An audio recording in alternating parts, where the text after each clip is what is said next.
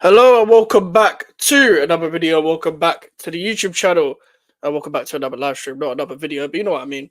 Make sure to like the video if you are new and subscribe if you are new as well. I've already messed up twice on the intro. But yeah, we are on the road to 1K subscribers. So we're trying to get there as soon as possible. So if you haven't subscribed already, please subscribe. And if you have, share it to someone that isn't. Of course, we're trying to hit 1K. But yeah, I'm just doing a random Super Sunday stream. I thought I'd do a different kind of stream. I think on the weekend day that West Ham isn't playing, I'll just talk about the games that have happened on that day. I don't know how regularly I'm gonna do it, but when I have time and when I'm not, out and about and life's not being life and I have the free time, I will be doing these extra streams for you guys. Obviously, we've got the GVO show tomorrow. We've got West Ham Chelsea stuff coming up at the end of the week, hopefully Thursday and Friday as well. But yeah, listen, big up everyone. Let's get into it, man. Because Tottenham, Arsenal, and Wolves, Newcastle. Mainly talking about Tottenham, Arsenal. Yeah, that was an interesting one. Obviously, the big main thing of this all was who were Arsenal going to line up with, and that was mainly because obviously the injuries of Marino and Odegaard with the suspension of Declan Rice as well. And they lined up with kind of what most people expected to. I don't remember what I expected them to line up with. I think I said that they would have put Sterling in a firing line straight away. And I think I said Havertz and Trossard, but I think I said Trossard false nine and Havertz in midfield. They did the opposite, and they put Martinelli instead of Sterling. Despite being on the winning side today, Martinelli wasn't great. Maybe some serious conversations needed to be have about him as well, because he hasn't started this season well, to be honest with you, and even throughout the previous season, like watching him just as a neutral from last season, he wasn't great either. So there's got to be some conversations to whether it was he was just like enjoying his football a couple of seasons ago, whether it was him having some form of relationship with Zinchenko and Granit Xhaka in possession that was really helping him. I don't know what it is, or maybe he just wasn't that good. He had his time, and his time is up as a player that should be good enough to win a league. Whether Arsenal decide to cash in next summer, we will see. If he keeps going like this, then surely there's got to be some form of links. There's got to be links away. I don't know who would take him though. That's my thing. Like, he's really fallen off a cliff. It's not like he's declined to an extent where he's just not good enough for Arsenal. He just doesn't look good enough for the league at this current moment in time. Like, I don't even know whether you put him in a lower league team, but maybe all the pressure is off him. He turns up again and his football becomes great again. But we will see. Big up to the Villa fan. I really don't like Arsenal, neither do I, bro. But I really don't like Tottenham as well. So I just wanted someone to lose, if I'm being completely honest with you. Like, I can't stand either club, but I wanted someone to laugh at today. And I feel like because Tottenham lost, I could laugh at someone. And we'll come on to Tottenham in a minute. And the way they lined up, of course, it was like, I said I've been saying 2-1 Arsenal. Like, last night, it came to me, I was just like, maybe it might be a draw. It might be a draw. Listen, it could have been a draw today, but even with Arsenal's injuries, and even though Arsenal don't have even the greatest squad in the world for winning a league, they are still much better than Tottenham, even in terms of coaching, but also just in terms of game plan as well. The difference between Arteta and Ange Postecoglou, for example, is that Arteta likes to adapt, especially away from home. It was pretty much the same approach to how he played, to how he set out the team against Tottenham last season, where he was hitting them on the counter and very solid defense. Like, that defense can defend deep. They know when to play high. I know when to play deep as well. So they're just very hard to break down. And obviously, I was talking to people before, and I was like, if you compare Tottenham's attack, for example, with Arsenal's defense, it's a complete mismatch because Tottenham's attack is not clinical at all. You've got the likes of Brennan Johnson. You've got the likes of Richarlison if he was fit. I don't know where Richarlison is, by the way. Like, listen, Solanke's a good player, but he didn't get anything today. Son as a touchline winger. Werner as well. Even Kulusevski, like, in a front three, I wouldn't play him there. And Odegaard is a young player. These players aren't good enough to break down the defense of like a Timber, White, Gabriel, and Saliba. I think their set piece routine, Arsenal's, is weird because Gabriel shoved Romero over today and no foul was given when he scored. You know what it is? In my opinion, yeah, and I hear you, but in my opinion, they're never consistent with those kind of things anyway. And the problem is with referees in this country, for example, if Romero went down there, then that would be looked at on VAR. But because he didn't go down and didn't whinge and didn't go on the floor or whatever, then no one's going to talk about that. My thing is that if you get pushed once, because players like attacking players, where man marking and defensive players, where they're both touch tight with each other, trying to attack or defend the corner, they're going to put their hands on each other and push each other anyway. You got to be stronger after the first push. You got to keep your man. Despite the fact that I don't think Romero had a bad game today, I was wondering what on earth he was doing today with that, because that was way too easy for Gabriel. And we've seen in the past that over the past 2 seasons, especially, even in the season where Arsenal were getting top 4, that Gabriel is really good in the air, like attacking the corner and defending the corner. He's shown that over the years. He's shown that consistency, and he deserves his praise because this guy has been fairly consistent. He does have the odd moment where he can make a mistake, don't get me wrong, but a lot of people make mistakes on the football pitch. But some of the best make mistakes on the football pitch. I think he deserves all the plaudits that he's going to get, and yeah, I just think players need to be stronger. I don't like sticking on the subject of set pieces. We've seen even though Tottenham were defending set pieces better than they have for last season, they're still getting got at when it comes to set pieces. And maybe there's some conversations to had with the coaching staff. Obviously, Ange Postecoglou said in the past that he's quite stubborn in the fact that he doesn't want a set piece coach. He doesn't want to change anything because he doesn't think there's anything to change, for example. But you guys have also got to have a conversation about Vicaria, for example. Should we think that he should come off the line more? Because even if a goalkeeper was to punch it, for example, like even a Nana, for example, somebody who's a bit of a bozo like him is coming out and punching it at least. And it's falling to a couple of players maybe, but he's at least punching it. If I'm comparing it for West Ham, from a West Ham point of view, because I'm a West Ham fan, Ariola's coming to super punch that, and it's going to go so far. Or Fabianski, despite how small he is, he will leap up and catch that. I think Ange needs to leave.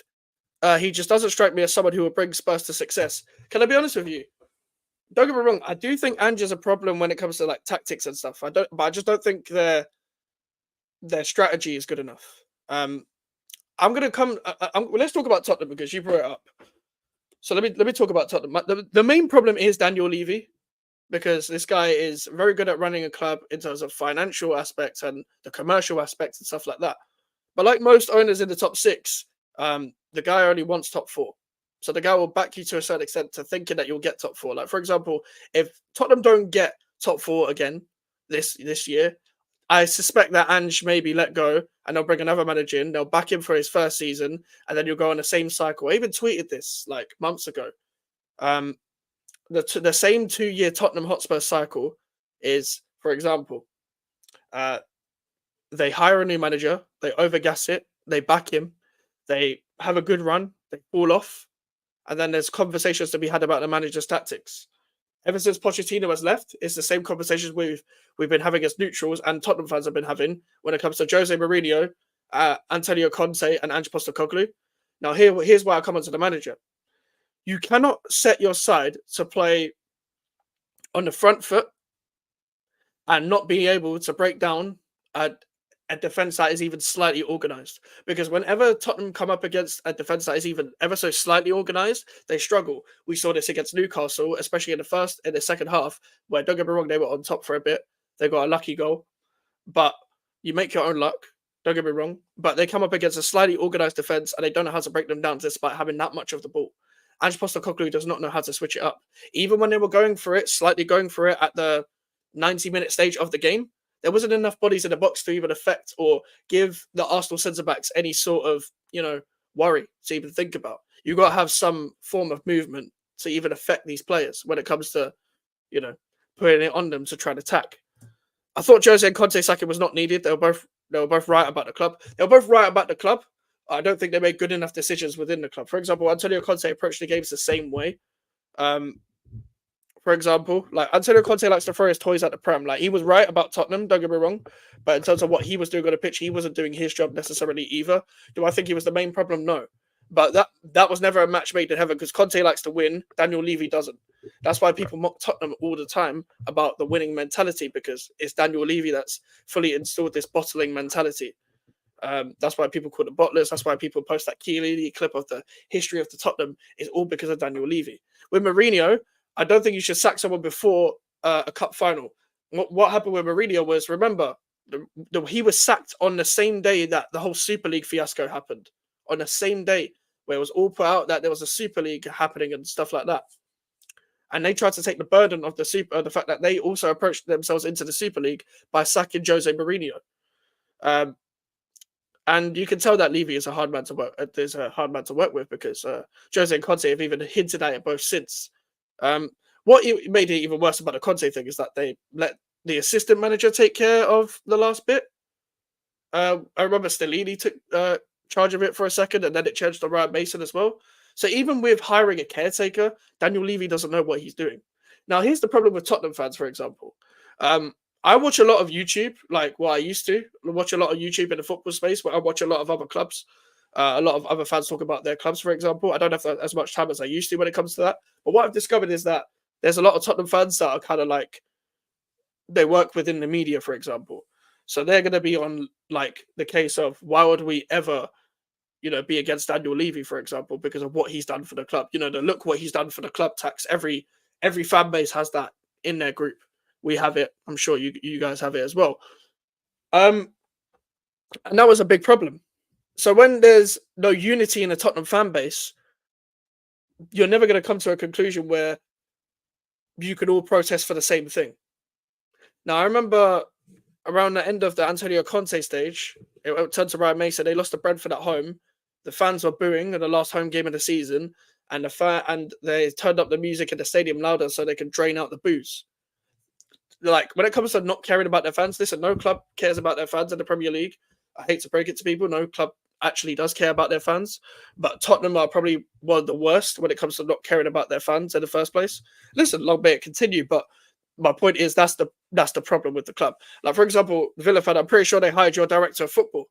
But that director of football seemingly doesn't really have that much power. Because if you look at that transfer strategy, look at the signings they made. They signed Bergvall, Gray, Odebear, and Solanke. That was nowhere near enough if they wanted to get into the top four, or, for God forbid, they wanted to challenge for a league title, because that ain't happening anytime soon anyway. But if they wanted to challenge for a league title, they are far, far away from that in the first place as well. So, for example, I went through their attacking options earlier. I went through the likes of pause on that. Brennan Johnson, Richarlison, Werner, Solanke, whoever they have fully fit. Only Solanke and Son, when he's on it, can you really say, okay, they're capable of scoring goals on a consistent basis? Yes, Richarlison at times, but a lot of these guys are chaotic players. Now, you can have chaos players if you have other clinical attackers around them. For example, sometimes Liverpool can afford to have a Darwin Núñez if they've got a Diogo Jota and a Mohamed Salah. That's just an example. Like, and Manchester City can afford to have a Doku when they've got Haaland and Savio and Grealish. And I know Grealish hasn't been his best on the left, but you know what I'm saying? Like Bernardo Silva at times when he's playing on the wing as well. They can afford to have that because they have the right system to get the best out of these attacking players when they have all the pieces around them. The problem is Tottenham's midfield isn't elite. Tottenham's overall attack isn't elite, and Tottenham's defense is good. But you'd also look at the fullbacks and think, okay, they could be got at. Like Martinelli was still getting at Pedro Porro despite his poor performances today. Even overall, looking at Tottenham, like their midfield wasn't great, but you could see why they would line up with a Maddison and Kulusevski in the same midfield as they had. Arsenal had Partey and Jorginho, but if Tottenham fans and Tottenham are genuinely concerned with them defending in transition, then why would you play that midfield of a Kulusevski and a Maddison? And this goes back to the transfer window, for example. Basuma has been a doubt, and yes, Basuma hasn't been his best for Tottenham since he's joined. However, they did loan out Pierre-Emile Højbjerg, who also hasn't been great for 18 months to 2 years, but they left themselves light on the 6 options. So the only real number 6 that can play number 6 is Archie Gray, but he's also a young player. So he decides to play Bentancur, who isn't an out-and-out ball winner in midfield. That isn't going to give you the balance. That isn't going to give you the stability to defending transitions on the counter-attack, for example. But that was the midfield. It was Bentancur, Kulusevski, and Maddison. And let's talk about the players individually as well, because James Maddison, for example, I'm a big fan of James Maddison overall. Like, just as a neutral, I was very gutted when Tottenham got him. However, he didn't do it well enough for someone who's should be highly thought of as a number 10 and for someone who's got that technical ability. I was listening to a couple of conversations today, and I come to the same conclusion that he's probably taken too many knocks when it comes to injuries. And he's also dropping too deep, which I do think is an instruction. because this guy isn't someone who can necessarily dictate from deep all the time. I don't think he actually did a bad job of that last season, but sometimes he's dropping a bit too deep. Sometimes he's dropping in the sixth position. And that also doesn't help when you don't even have a natural number six on the pitch anyway. So when you don't have a natural number six anyway, so you don't have a Basuma, you don't have a Højbjerg on the pitch, and Madison's also there picking up the ball in the six, you're the only one that's actually going to distribute the ball forward. For example, you're also putting pressure on the likes of Bentancur, who, again, as I said, isn't a ball winner, isn't a deep line playmaker, isn't any of your typical number six really type of players. You're putting all the pressure on him to dictate play and pass between the lines through that. Now let's talk about their play. When Arsenal were sitting in their organised shape, it was exactly like the last North London derby at the Tottenham Hotspur Stadium last time. The reason why I didn't have the same energy is because it was at the back end of the season and they didn't have the same urge. And they didn't actually feel like that the Tottenham Stadium had the same atmosphere either, because I can't lie, I can actually understand that the Tottenham fans were kind of drained from what they were seeing. And you can tell they feel like they're going in a cycle. You can get that vibe that they feel like they're going in the same cycle as they always do throughout these 2 years. So it's going to be interesting to see how they do in the Europa League, for example, because that could get sticky for them. Like maybe not in the first 8 game stage, but in the knockout stage, they're not going to win the Europa League, for example. They could get run over by maybe an Italian or Spanish team that maybe take it to them and find a ball in behind, even a French team, for example, because even English teams in general in Europe haven't done that well over the years, obviously apart from us. But when it comes to their general play, they were passing a lot of it sideways, trying to find the space through the middle. And when they did finally and occasionally find the space through the middle, their players weren't retaining the ball. The ball was getting picked out of them a lot. So whenever Son got the ball, Solanke got the ball through the middle when they're trying to pass it between the lines, there was 5 Arsenal players on top of them. Pause. But Partey, Jorginho, Gabriel, Saliba, the fullbacks when they were tucking in, the other midfielders, even the likes of Leandro Trossard, were picking up the ball off their attackers because there was so many players around them and they have the job to just crowd around them so they can stop that attacks happening quickly, so they can stop them getting to Arsenal's penalty box. But it's not like they were countering on any sort of space when Arsenal players were going forward anyway. And it's not like they were even dedicating their bodies forward. As I said, if you're going to play attacking football, you have to break down teams that are even going to be slightly organised. But they didn't. And that's what restricted them today. Like, you can't mismatch your whole attack against their defence, one of the best defenses in the league, and probably the best in terms of unit, in terms of consistent players. Their attack just wasn't given enough, in my opinion. That's why I put Tottenham at awful as well, because it's not even just their attack, is also the fact that they can't defend set pieces. It felt like they were getting slightly bullied a little bit as well, if you're looking at the game overall. But there was a difference between Tottenham and Arsenal, is that Arsenal, when they don't find necessarily the final third play within the general play, when it's in play, for example, they can find it for a set piece. They've got a set piece coach. They've got a set piece coach for defensively and attacking wise. You don't really see Arsenal concede many set pieces, and they've got a tall and physical team, but they've also specialized in attacking set pieces as well. So when all is said and done, and they're trying to grab the game by the scruff of the neck, or they're feeding off scraps, guess what? Saka whips in the ball and Gabriel scores. Now, Saka's received a lot of criticism for his set piece taken. That's why Declan Rice has been on it. For the in-swingers and the outswingers, they don't really have anyone else on the right hand side. They don't really want to take outswinging corners, so they put Bukayo Saka on that side. And he put in a very good delivery today. And yes, Gabriel, great header, bullet header. He's always a bullet header when he's in the air. But obviously, what's his face? Romero should be doing better for that. One positive you can take from Tottenham, if we're talking about centre backs though, as well, is Mickey van der Ven. That guy is a unit. That guy is just got too much of a presence. You can't really get past him unless you take him on 1v1 when it comes to, when the ball's on the floor and the striker's taking him on 1v1. You might have to find a bit of trickery to get past him. But when it comes to, transitioning against Tottenham, you're gonna get past their midfield, but you're gonna have to find another way to get past them, because it's not gonna be by Van der Ven. You're gonna have to switch it. It's probably gonna be one of the fullbacks' fault, because Van der Ven is always too quick there to block it and stuff like that. So even though Havertz did his job by just dropping deep and dragging the centre backs out to bring the attackers in, etc., they needed like some form of tall presence, and Havertz seems to be doing that decent wise on the counter. I don't think he was great, but he did his job, sort of thing. Like, did everything but score, pretty much. Not everything but score, but you know what I mean? He did a decent job to an extent. That's what you kind of need to do. You kind of need to bring other players in to attack from other areas, because if you're putting the ball in behind the Van der Vens there, you're not getting it. That guy is probably the fastest centre back in the Premier League at this current moment in time. I'm not looking forward to the UCL this week. I can understand why from your perspective, because obviously this is the first time there. I would probably feel the same if West Ham made the Champions League. But good luck to you guys. Hope you guys do well in the Champions League. With Arsenal, they probably want 4 points and that's all I've been hearing pretty much for the past few weeks, that Arsenal need 4 points to stay in the race when it comes to Tottenham and Manchester City. The both games back to back. They probably want, a bit of a break, a lower league team. A lower place team within the league, but they've got Man City away. I thought they'd lose their last season as well, but actually, no, I actually didn't think they'd lose their last season. I was saying to Arsenal fans, I think you get something, and they did. They got a point, but I don't think that's going to happen this season. And it doesn't really matter. We've seen it doesn't matter because Man City still win the league, and they've won every game. Manchester City, they look like they're just composed. I wonder if Rodri's going to play. If Rodri doesn't play, then I think Arsenal draw. I know they've done well without Rodri, but they can still be got out without Rodri. Rodri brings a whole new dimension. I don't even know where he is right now. I think they're just resting him. But we will see when it comes to that game as well. I'll probably do a match reaction to that game. But you can kind of like be excited for that game. It's very interesting when the game between the two people that are probably the two favourites to compete for the league title are playing in the 22nd of September, and it's at the Etihad as well. So you could get the Etihad game out of the way. So that's probably a good thing if you look at it from that perspective. You can get one of the hardest fixtures of the league out of the way.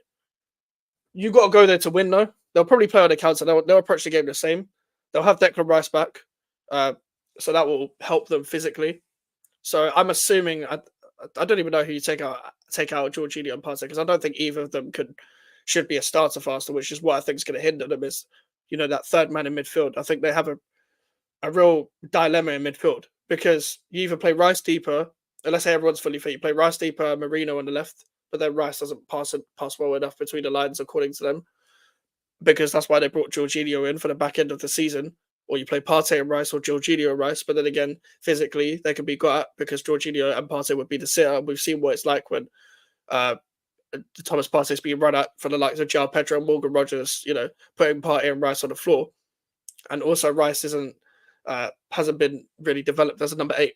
He's not a final third player. He's not going to cut in and shoot constantly, but he's going to do his job by just driving with the ball and then passing it sideways, because that's still dragging out teams, because we saw that against Chelsea last season when they beat them 5 or 6-0, for example.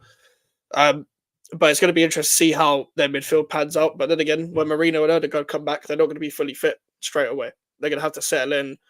So I think the longer it goes where they don't have Odegaard, I still maintain the fact that more teams are going to go at them.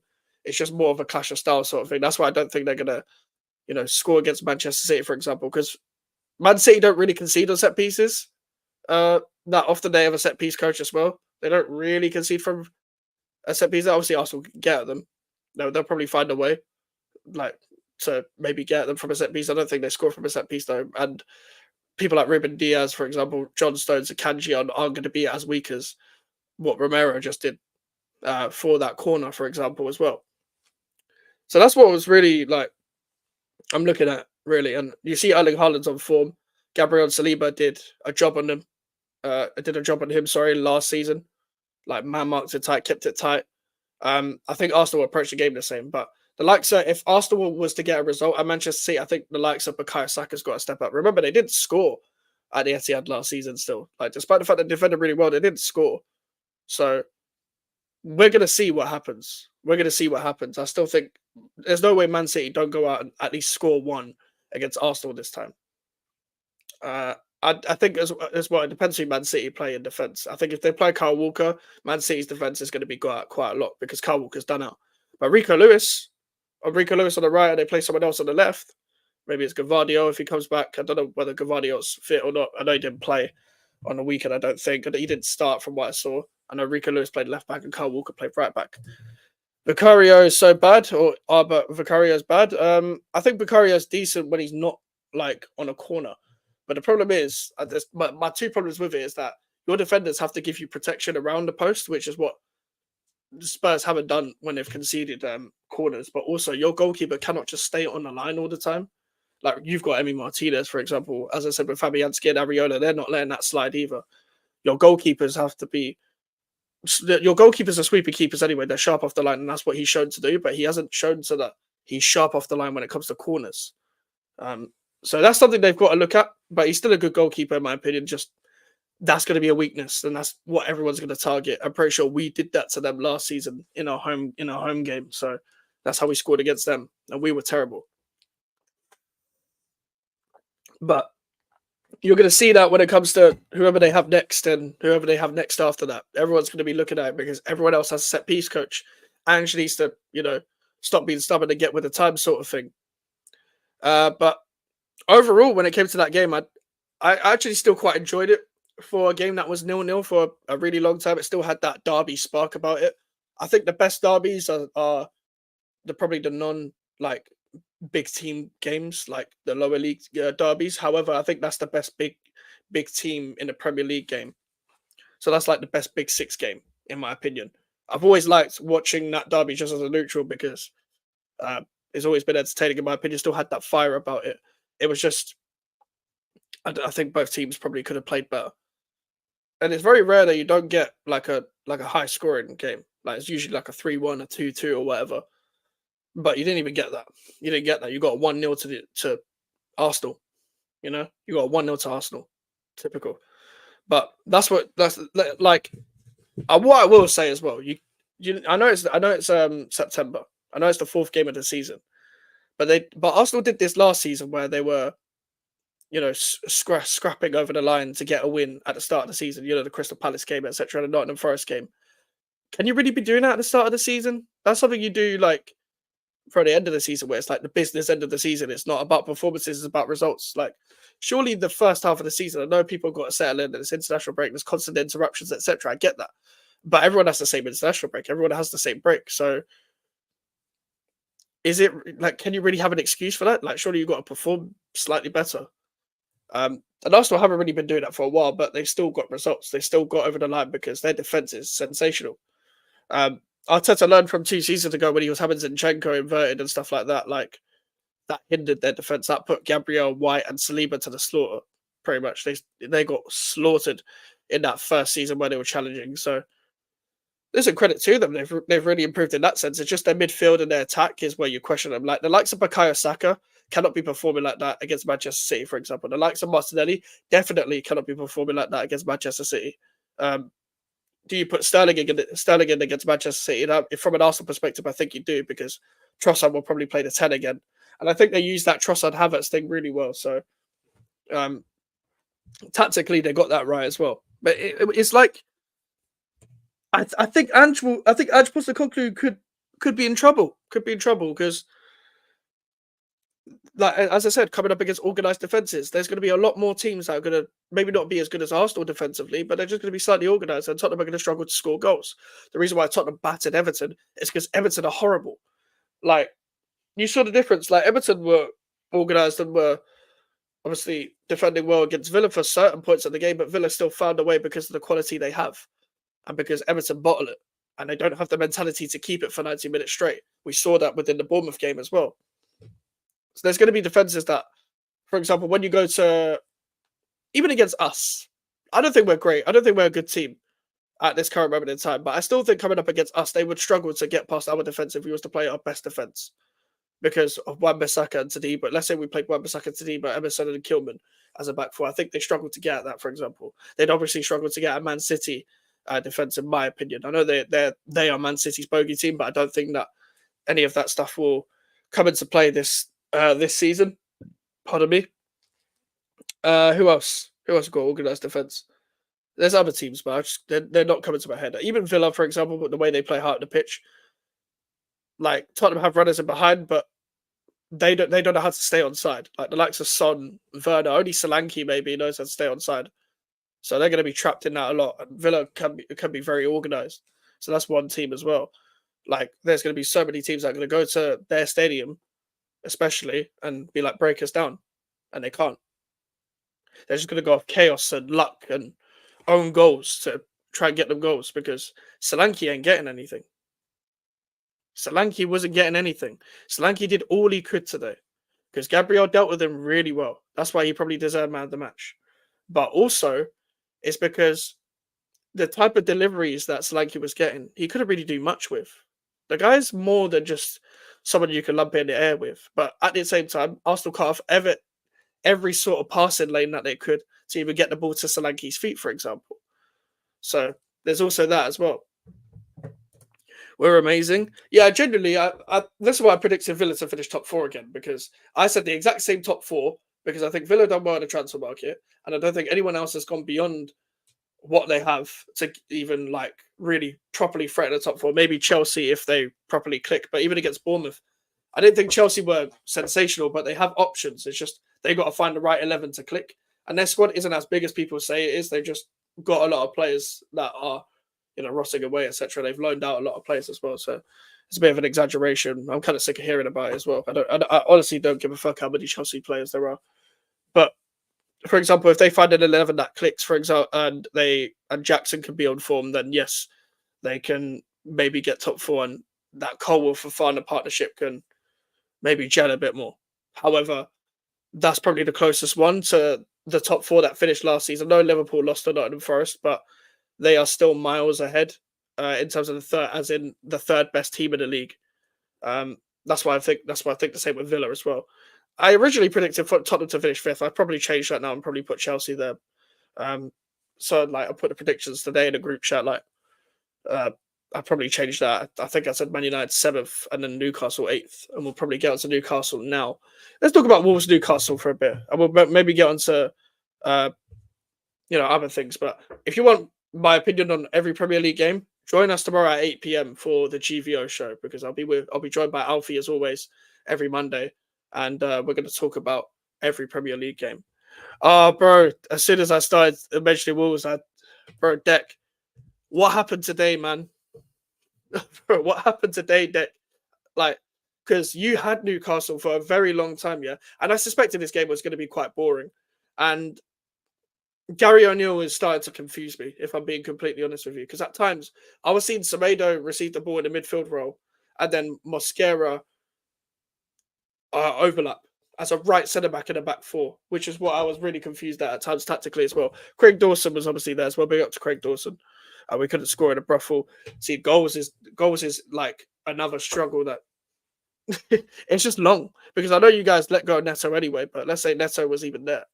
Like, Neto can't do it on his own. That Strand Larson guy, he's going to need time. He's a new player. You've even got Guedes, Goncalo Guedes on the bench, like Huang Yi Chan. Like, you haven't really got a goal scoring winger. I think that's why you're struggling. But also, like, I don't know whether Semedo was injured. I couldn't tell if Semedo was injured, and that's why he came off for Doherty. But that was one of the most confusing subs possible, because I know Gordon was getting at Semedo, but same way I say it with Wan-Bissaka and Soufal, like taking off Wan-Bissaka and then maybe putting on Soufal, for example, if Lopetegui was to do that, you don't take off Semedo for Doherty, because we saw for that Harvey Barnes goal, yes, it was an amazing goal, but Doherty could have been way more aggressive and way more touch tight to Harvey Barnes before he was allowed to shoot from that angle. You don't allow Harvey Barnes to shoot from that angle. That is his bread and butter right there. That curl into the top bins, the way it was finished in the net, that's going to be one of the nominations for goal of the month, and for good reason as well. That was a great sub by Eddie Howe. I told you pre-season I fancy us for relegation. There is no plan there. And like you say, O'Neill's tactic, especially in midfield, seems suspect. Yeah, I thought O'Neill was quite overrated by a lot of people last season.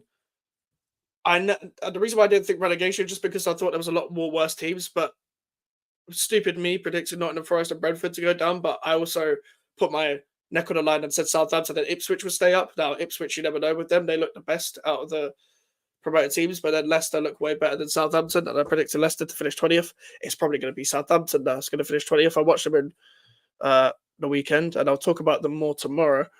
But, bro, Gary O'Neill, I saw this at Bournemouth, and this is the problem when you hire, like, this is a young manager. You can hire a young manager, but this is what you're going to get when you get a rookie manager, someone who's a young manager that's also only been managing this is his second full season as a proper manager, because he took over 2 years ago at Bournemouth midway through the season as caretaker to then become a permanent manager.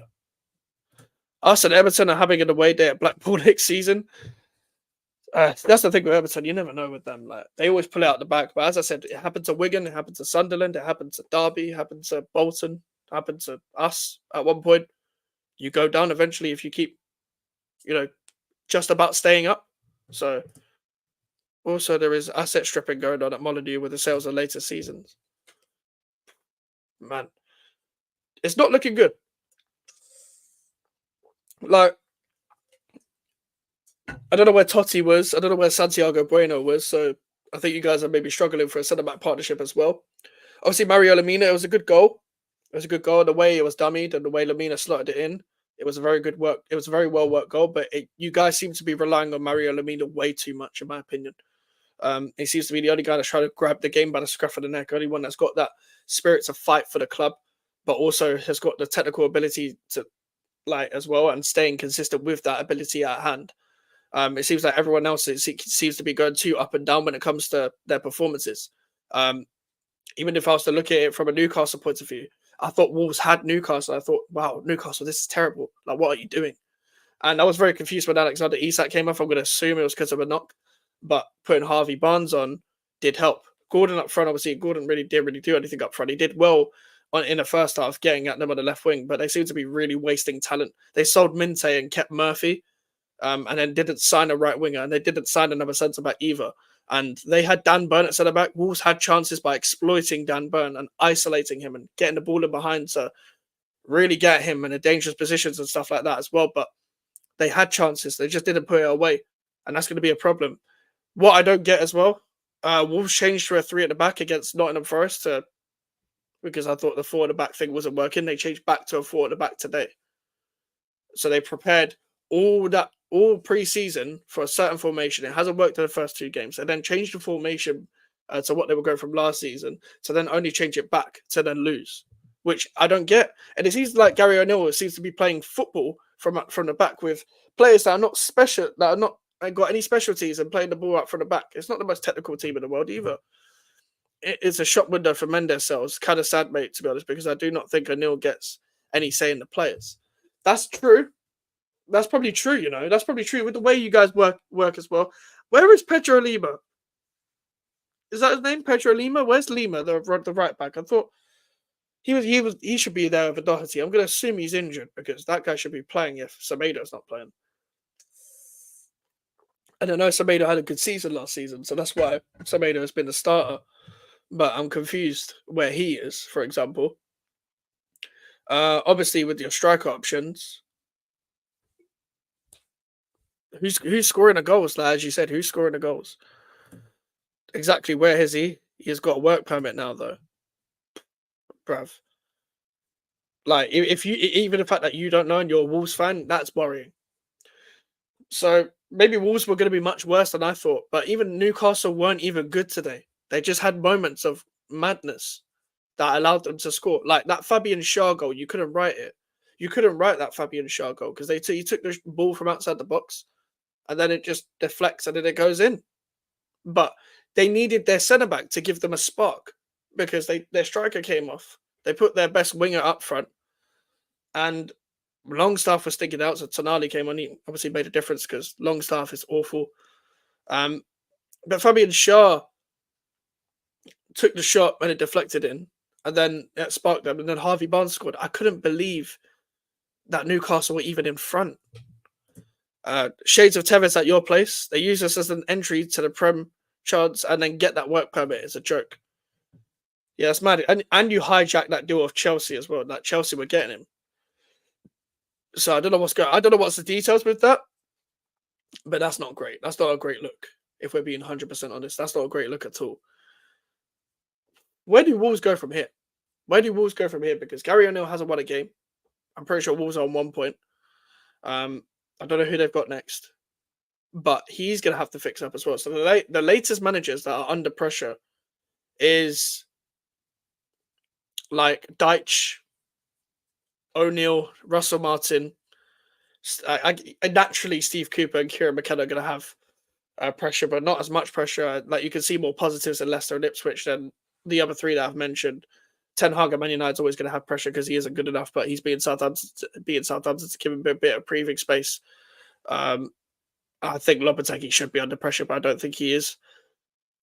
Um, and I don't know who else. Postecoglou as well, as we discussed as well. Ange Postecoglou. These are the managers to be looked at. I don't know who's going to get sacked first. I think everyone should be putting their money on Sean Dyche, but do Everton go ahead and sack their manager now and go and get David Moyes, for example? Like, we'll see. Mendes, other details, mate. Don't kid yourself. Down and they sell the club. Shea and Fulson ain't give a fuck since COVID. That's sad, man. That's sad because that explains kind of why Wolves haven't hit that same heights as they did under Nuno Espirito Santo at the time when they were getting Europe every season. Even in Nuno's last season in lockdown, it wasn't the same Nuno team. And then after that, was it Bruno Lage? And then Lopetegui, Gary O'Neill. Like, it's not been great. Listen, Gary O'Neill did all he could, in my opinion, last season with the players he had. I didn't really give him too much shit. I got why people were praising him because at one point Wolves had their whole front three out. Hwang, Cunha, and Neto out with injuries. So Aït-Nouri and like some random youngster would be playing in the front three up front. So I get it. And he was getting the best out of them in the three at the back. I think Gary O'Neill should have continued with the three at the back and just built on that. But he himself has changed formation. Like, I do think this squad from Wolves is good enough to stay up by a mile compared to the other squads in the league that of teams that are going to be down there naturally. However, he needs to get the best out of them, even if he's not being backed. So the board is obviously the main problem, as you've said. Gary O'Neill needs to get the best out of them. I don't know what he's going to be like for another relegation scrap, if it's going to be a relegation scrap. We'll see in the opening 10 games who's going to compete for what. If Wolves are going to be down there, then it is looking long. It is looking long. Because I don't know what he's going to be like when getting the best out of these players. I remember he experimented with this back three, back four variation with Bournemouth at the time when they were in a relegation battle. Uwatara was playing some wing-back, centre-back, wing-back winger role. Adam Smith was playing this centre-back, full-back role, for example. Like, it was kind of a variation from a three at the back to a four at the back. But I don't know what he's going to be like when it comes to doing it with Wolves. I don't know whether he changes back. I do believe that if you guys lose the next game whilst playing four at the back again, you're going to go back to the three. Yeah, it's all about lifting heads and spirits because no help is coming from the board. Yeah, this is the thing. You guys have got to make Molineux a fortress again, like you have for a couple of seasons. Like, teams have got to find it hard to go to Molineux because when you speak to a lot of neutral fans, they don't want to see their team go to Molineux. They're not looking forward to it. So you got to make Molineux a fortress again. And Gary O'Neill's just got a coach. He's a coach. He's meant to be a pragmatic coach, and now he wants to play football out from the back. But he's also trying to play football, but also not pressing high to put pressure on the other team. And the players on the pitch are not exploiting the chances they're getting by not putting the ball in the back of the net. You can't keep relying on Cunha, and it's not even like Cunha's a goal scorer either. Cunha's a guy who can bring other players into play in the front three. You know, players that are going to run in behind and finish chances and put the ball in the back of the net, for example. That's the type of player Cunha is. If you're relying on him for a goal scorer, then you're then relying on, can you keep a certain amount of clean sheets? And if you keep defending the way you keep defending, especially playing Aït-Nouri in the back four, Aït-Nouri in the back four isn't great. We've seen that he's a back three, wing back / winger type player. Yep, and I agree. And that translates into relegation form, sad to say. I do agree with that. I do. And the thing is as well, the worst part about this deck, and I've already discussed this a couple of times, is you've trained all that time in preseason with that same formation, the 4-2-3-1 or the 4-3-3, and if you then panic and then revert back to plan A from last season, that says a lot about the coach and the amount of incompetence that not just with the board but with the coach himself. That he doesn't believe in his own plan to stick to it. But then again, if he does stick to his plan and it doesn't work this season, then he could also be messed up anyway. So he's kind of put himself in a pickle where he didn't really need to put himself in this because it was a big risk change in formation anyway. If it's not broke, don't fix it. I don't think it was broken last season. I just think Wolves had a lot of injuries. Wolves could have been a normal mid-table side this season if Gary O'Neill decided to go in pre-season and play all through that with the three at the back, and then translate that into the Premier League season. But he's decided to change everything, and even changing the style of play as well, because they were still passing in between the lines at times. Don't get me wrong, you were using the wide areas a lot more naturally with three at the back, with the wing backs hugging the touchline. Now it's a case of, oh, this fullback is going inverted, but then who's out wide? Who's going to get the ball from the defenders? Who's coming to receive the ball? Is the midfield gelling enough? Um, do you have to completely rely on a midfield partnership of João Gomez and Lamina to win you games? Because there's only so much that a midfield two can do. Because Mario Lamina seems to be the only one that's doing anything at Wolves. But that's just my opinion. I'm going to go into Newcastle after your comment, actually. But a lot of the players that played last season's formation aren't here now. Weirdly, and those that joined only know this new formation. You're playing cash up and now in the actual season again, relegation. Okay, so that's actually a great bit of insight into that, because that's even worse. That's even worse because you then change to a formation that half of the players don't know. So that's even worse then. So I don't know what Gary O'Neill's thinking, really. I don't know how he's gonna approach the games coming up. But let's talk. I'm going to talk quickly about Newcastle, because I do also think, despite the fact that they are unbeaten in the first 4 games of the season, I don't know how they've become unbeaten. The draw with Bournemouth, the win against Tottenham, they won against Wolves, and they won against Southampton. They're on 10 points, and I don't know how. They were getting dominated by 10 men, with 10 men by Southampton, naturally, because they had 10 men, and they still won. They were getting dominated by Bournemouth, but they didn't finish their chances, and they somehow won. They were under pressure against Tottenham when Tottenham had the ball, but quick turnover, ball in behind, and they somehow won. Against Wolves today, Dan Burn at the back, at centre back. This guy, I don't know how he's still getting games. It should be Lloyd Kelly playing there, not Dan Burn, if Sven Botman isn't there. But Eddie Howe has his favourites. He's been stubborn in that sense. And Wolves were getting a lot of chances. They didn't finish, and Newcastle somehow won because Harvey Barnes comes on to save the day. They seem to be relying too much on individual moments, which is why Newcastle will probably not finish anywhere below 9th, for example, but they won't get Europe. They won't get Europe unless it's the whole coefficient thing that saves them, because they've still got the individual players to get them out of games. But for some reason, Tonali's on the bench for Longstaff, who's an Eddie Howe favourite. For some reason, Lloyd Kelly, who has been previously played for Eddie Howe, is on the bench for someone like a Dan Burn, who is an Eddie Howe favourite. For some reason, Kieran Trippier is still making cameo appearances. I'm assuming just to somehow keep the balance between the morale between Livramento and Trippier. They just need to permanently go with that Lewis Hall and Livramento fullback partnership, but they need to give Lewis Hall more of a license to go forward, because I think he's so good. And he got man of the match in the England under-21s game, the second game. The guy is too good to be sitting on the bench for Dan Burn at left back, and Lloyd Kelly is too competent to be sitting on the bench for Dan Burn at centre back. But wait, Newcastle had that court ruling in their favour with the Saudi loan. See what happens in the Christmas window with all these high value names loans they get. Yeah, maybe, but they don't. That's going to be even harder for them to even spend, because they didn't even do anything in this window. They signed a second choice goalie, and they signed Lloyd Kelly. I don't even know who else they signed. They signed Osula from Sheffield United as well. Like, none of these guys are players for the starting 11, which is really confusing me. They needed a centre back, like, regardless, even to play alongside Botman or to play instead of Botman because of his injuries. They needed in my opinion, they still needed a left back despite playing Lewis Hall, because Dan Burn plays there for whatever reason.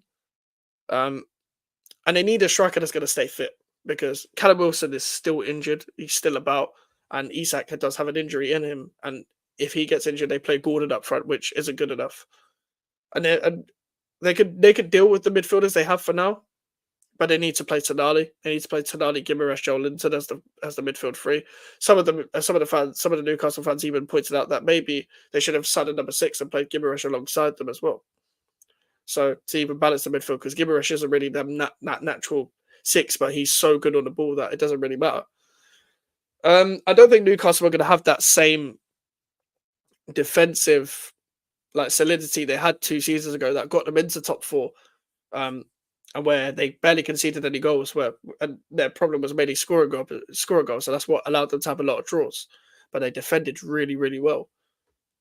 I don't think they're gonna have the same with that because that back four ain't like especially with Dan Burn at centre back, you're gonna get exposed playing high up, and they do play high up at times. They can approach it differently, and Eddie Howe's known to switch it up at times, but that's never gonna work. Everyone's gonna be like, okay, get your striker to run in behind, and then Dan Burn just gets exposed. So it's all down to whether Newcastle play their favourite. Surely they can't keep going on like this when they keep relying on individual moments to get them out of games because we're 4 games in. We're 4 games in, and we're looking at Newcastle like they're unbeaten. Like I'm looking at Brighton as well. I don't think Brighton are as good as people say, and I don't think Brighton as good as the table says either. And they're unbeaten as well.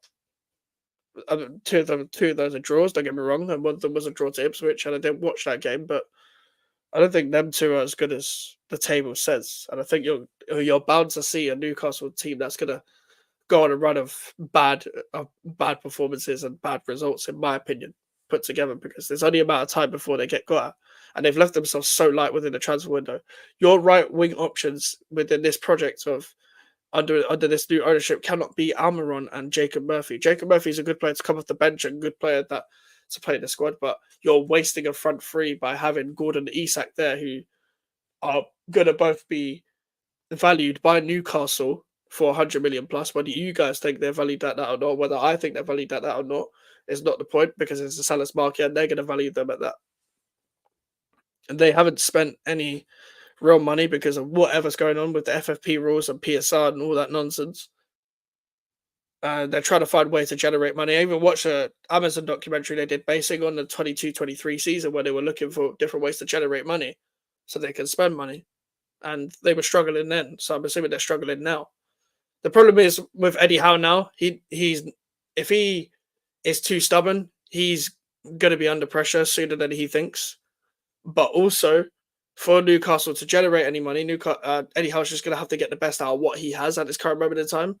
So that then it can be higher in the league, etc. And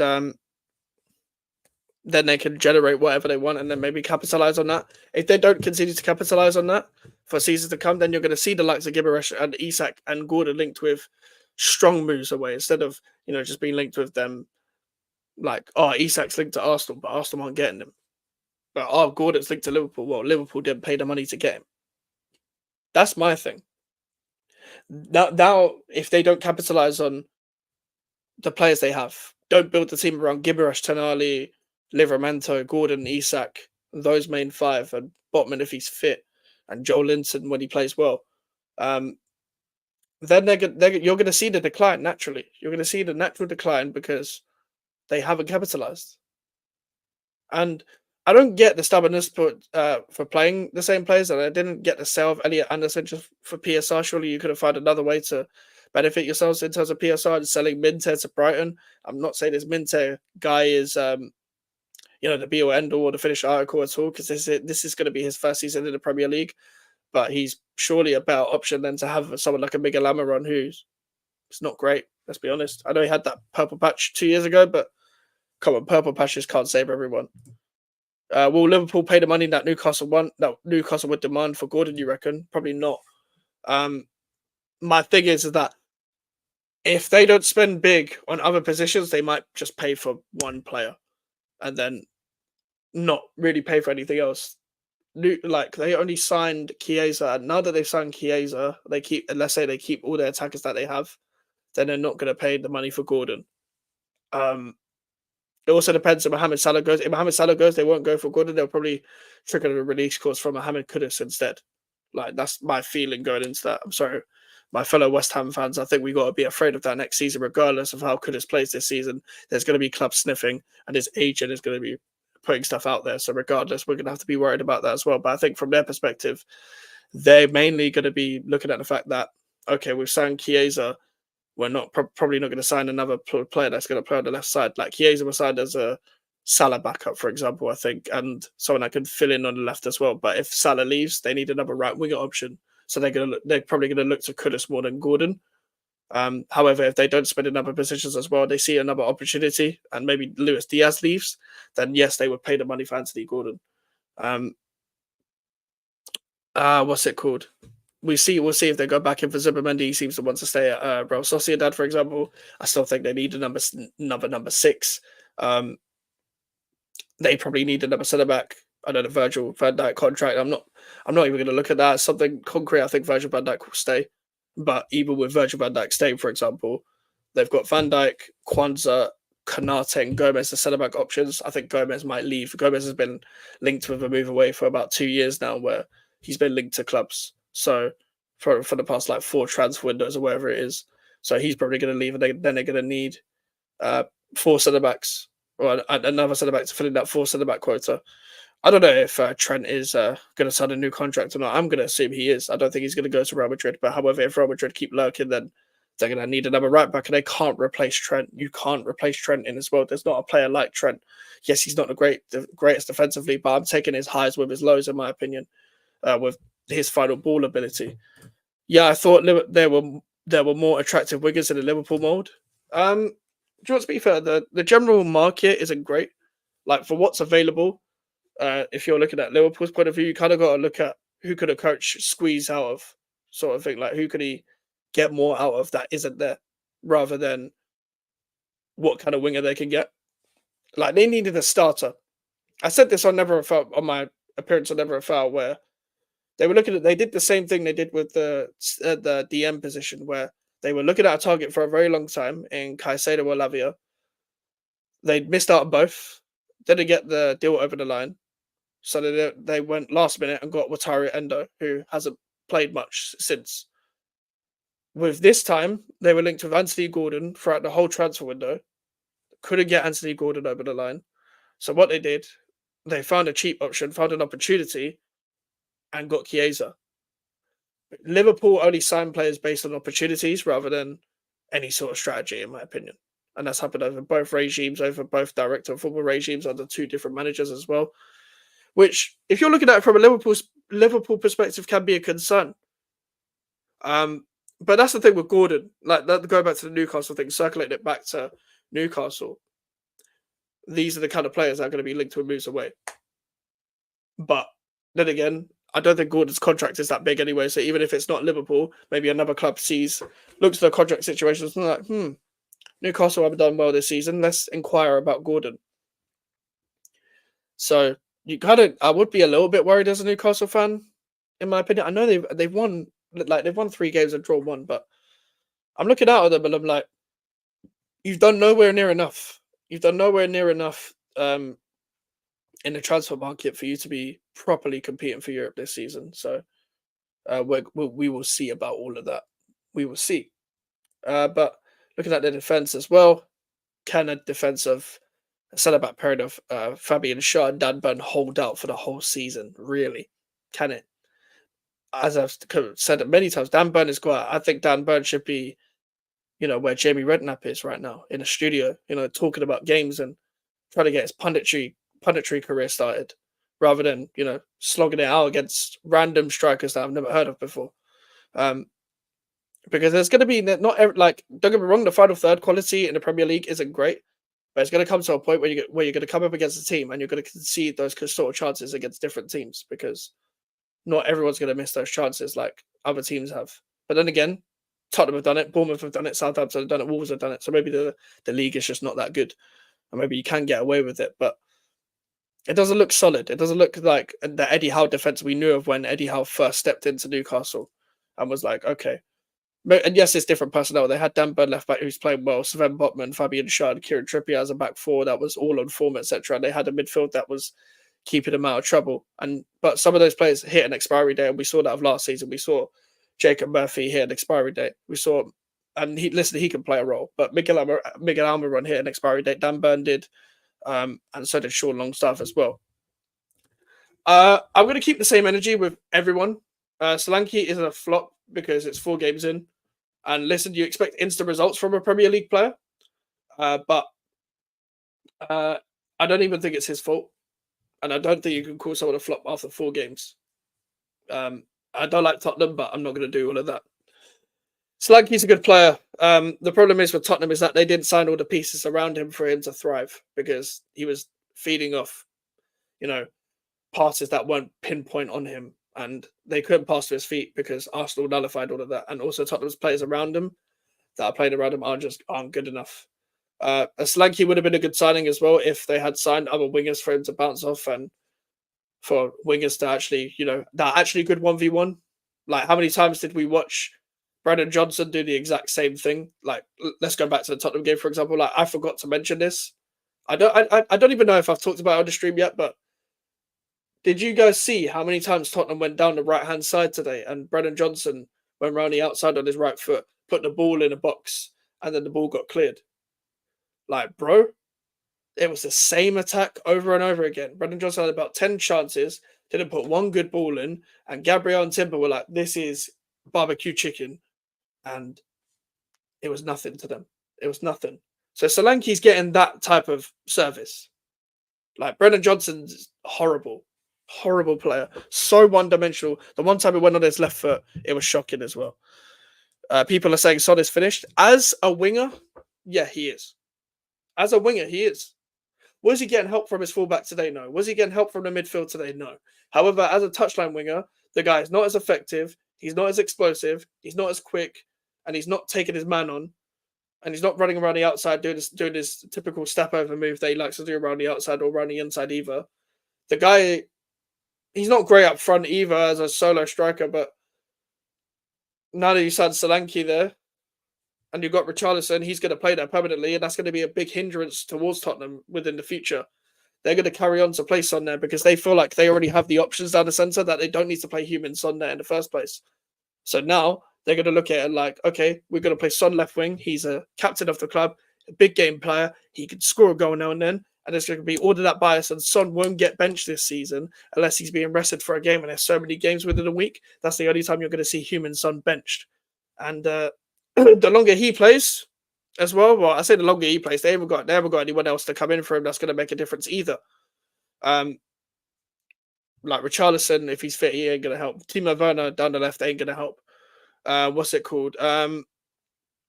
Odebear is too young for me, and there's too much pressure for someone so raw, and he didn't need to be bought from Burnley. He didn't need to be bought, in my opinion. And he's one of them kind of players. If they had bought Odebear and they had all the pieces already, and he was the player to come in now and then it's fine. But they don't even have starters, and they bought a squad player when they don't have good starters. Big ups to Deck again. Do you think Ange has been fully backed by Levy? No, but nobody gets backed by Levy. It's like the Gary O'Neill thing where I was talking about, where Levy is the main problem, but Ange Postecoglou needs to switch up his approach to games and stop being stubborn and learn how to break down teams if you're going to play attacking football, or learn how to defend transitions better, or learn how to defend set pieces. But he doesn't want to do any of them. But Levy doesn't back anyone. But Tottenham fan, there's a good section of Tottenham fans that are still Daniel Levy in because of, they've kept him within the FFP rules and stuff like that. But they're also not spending any of the money that they're making profit off. So it doesn't make any sense because he's, made the club sustainable, self-sustainable or whatever. You've got a period of Tottenham fans that are happy with that. But you've also got a lot of Tottenham fans that are not happy with that. So there's too much of a clash for the whole fan base to be on the same page, and for them to demand the same thing, for them to be pressure on the board. Duran yesterday, yeah, that was an amazing goal. We'll talk about more of that tomorrow because that's the Saturday games. We'll talk about every Premier League game tomorrow at 8 p.m, the GVO show. If you haven't liked the video already, please like this video as well and subscribe because we're trying to hit 1K as soon as possible. Their defense against set piece is shocking, not going to lie. Yeah, and it has been for a year. And even though they've defended it better, they're still conceding goals. They didn't learn from last season where they conceded 2 set-piece goals from Arsenal. So they decided to concede another set-piece goal from Arsenal again. Your goalkeeper has to be stronger. Your defenders around the goalkeeper have to be stronger. And for individual duels, you have to be stronger if you're man-marking as well. That was nearly as bad as the goal we conceded against Aston Villa in the first game of the season. It was nearly as bad as that, in my opinion. But Ange Postecoglou is too stubborn to even fix that in the first place. He's too stubborn to even think of ways to counteract that, or to get a better set piece coach, or to maybe study how other teams attack set pieces, so that he has a coach that can stop that and they can set up properly. He doesn't want to change up the midfield. He wants to stick to his principles. He's talking about I win stuff in his second season. I'm not even trying to be funny or anything, like just because I'm a West Ham fan, but you're not gonna win anything by playing the way you do and with the squad that you have. You're not going to. You're not going to win the Europa League. You're not going to win the FA Cup, and you're not going to win the Carabao Cup. He even threw the Carabao Cup away last season. So what makes anyone think that they're going to win it this season? They're going to come up against a team that's going to run them over in every competition, and we saw that. Well, they came up against Man City in the FA Cup. They lost to Fulham away in the Carabao Cup, and they weren't in Europe last season. Then they're probably going to get done out by a Spanish team at least, or a French team, or an Italian team that knows how to have runners in behind that could exploit that Tottenham space, and you cannot play with that much space in behind in Europe. And also as well, we've seen a couple of their players go down with injuries before. Romero is not injury prone, but he gets at least one a season. Pedro Porro will get one a season. And then who you got to come in? You got Jed Spence to come in, who isn't a bad player, but isn't the level of Pedro Porro. Destiny Udogie gets injured. You're playing Van der Ven at left back, or you're playing Ben Davies there, which is a complete downgrade in itself. Bissouma got injured and you got no one to come in. You don't want to trust Archie Gray, so you put a guy who isn't a ball-winning midfielder there. You sign Archie Gray for 40 million or whatever it was, or however much it was to make a profit. That is a Daniel Levy signing in itself, because what Tottenham do, they always sign a young English player for this amount of money and they don't really get the career that they deserve, and they end up like a Ryan Sessegnon has, where he's eventually gone back to Fulham on a free, where Jed Spence, like Antonio Conte said straight away, this is a club signing. He said that on the club website interview when Jed Spence first signed for the club. This is a club signing. But nobody wanted to say anything in that fan base then, because they were like, trust the process and all that, all that PR nonsense. But I have a bad feeling that Archie Gray's career's kind of died, which is kind of sad because he was such a good young player at Leeds. If only Brentford could have got that deal over the line, that would have been a good move for him. I would have been surprised if Brentford got him, but I don't feel like he's going to get enough game time or get enough time to thrive. He is only 18, but I feel like he's going to be left in that typical Tottenham sweatshop as most young players do. So that's just my opinion, though. That's just my opinion. But with Tottenham as well, we've talked about their attackers. None of their attackers are clinical, and they don't defend set pieces well. So how are you going to get into the top four? You're not better than Villa. Even though you beat Villa at their ground last season, you're not better than Aston Villa. You're not better than Liverpool. And you're definitely not better than Arsenal and Man City. So you're not getting in top four. So unless the coefficient says otherwise and you get fifth because you can't get into the Champions League by winning the Europa League anymore, then so be it. So be it. You're not getting top four anymore. I'm going to end the stream there. So if you have only just joined the stream, go back up, go watch the whole thing back. Make sure to join me tomorrow on Monday, 8 p.m. with Alfie. We'll be discussing all the Saturday games and rounding off the Premier League as a whole, talking more about Tottenham, Arsenal, probably more from an Arsenal perspective, because Alfie's an Arsenal fan, and talking about the games in general. Join me as well. Like, I'll have videos pretty much every day or streams every day, because we've got Champions League content, we've got draft videos, we've got match previews as well. So catch the content out throughout the whole week, pretty much every day on the channel. Make sure to like the video and subscribe if you are new. Social medias are in the description if you want to follow me on the email for the inquiries. We're on the road to 1K subscribers. I'll see you guys later.